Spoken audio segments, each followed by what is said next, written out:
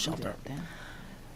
When I got here 15 months ago, a few months later, there was problems with the animal shelter. We went to correct them. We increased the salaries for the kennel attendants. We had a lot of turnover. We converted a position to a more bookkeeping position because of record-keeping issues. Okay, when I talk about getting back to core issues, okay, what I'm talking about is, and I'm not talking about specific personnel, there were many problems there. You cannot operate a private rescue out of the animal shelter because it's paid for by taxpayers. When the director of health visits and there's literally no one there and the doors are open, that is not acceptable. When you go into a room and all of the drugs are all over the place and not under lock and key, which has been the standard probably for the last 100 years, that is not acceptable. So when I say get back to the core values, this is not, and I know I'm attacked, because if you try to make it efficient and run the way it's supposed to run, I'm against puppies and kittens. That's not the case. I love my dog. But the fact of the matter is, just because it makes people feel good, it's not held to a different standard than everyone else. And when I talk about the issue of this program of taking animals in, first of all, with all due respect, on the issue of taking the dogs from Newark and East Orange, it was the employees there who said they didn't want to do that because basically they were all pit bulls and nobody adopts pit bulls, okay? First thing. Second thing is, we spend more money on this animal shelter than we do on senior citizens and the on-house combined. We spend almost as much on the animal shelter as we spend on all of our recreation programs for the kids in this town.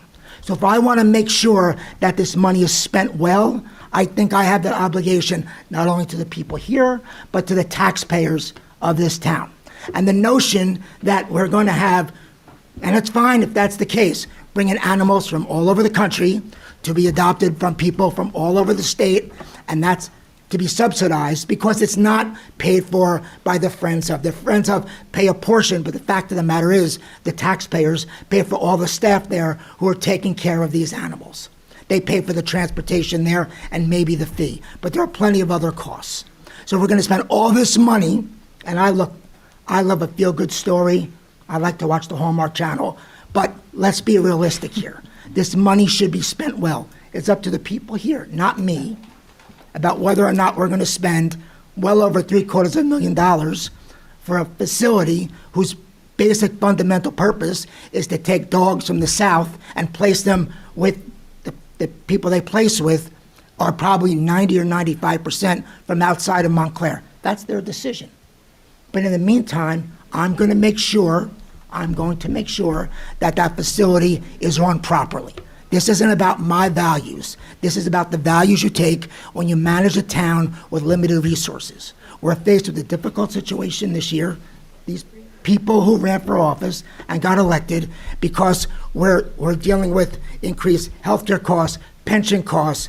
We're dealing with collective bargaining agreements. Collective bargaining agreements that were negotiated years before that basically said, okay, 5 years from now, 7 years from now, let's pay them 3.5%, knowing the cap law is 2%. What do we care?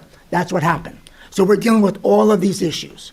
So I'm not going to apologize if I look at the animal shelter and say we're not going to waste money. And I'm not going to apologize if I look there because the same people who attacked me would be here if a bunch of high school kids walked in when there was nobody in the office, walked into that drug room, saw something, because I remember when I was a kid, they used to talk about Quaaludes as a horse tranquilizer. So there's drugs there that could be lethal or fatal, whatever word you want to use, and the kids get a handle on it. It's because, well, where were you? Why was it like that? I want to make sure that never happens. Odds are it wouldn't happen, but I'm going to make sure that the circumstances that would allow that to happen are not going to. So you can all attack me about my values and this whole episode about this whole facility started by somebody who made something up, lied, and then had this feeding frenzy about we're going to close the facility and everything else, which was never on the table, okay?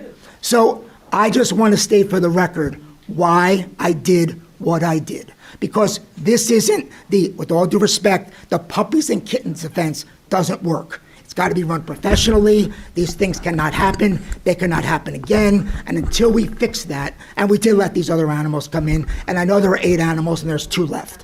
Thank you very much, Manager. No, I'm not finished. Okay, well, do you have much more? Are you going to go to another topic, or what are we doing? I'm going to the next topic about the chaplain's then program. no, okay. All right?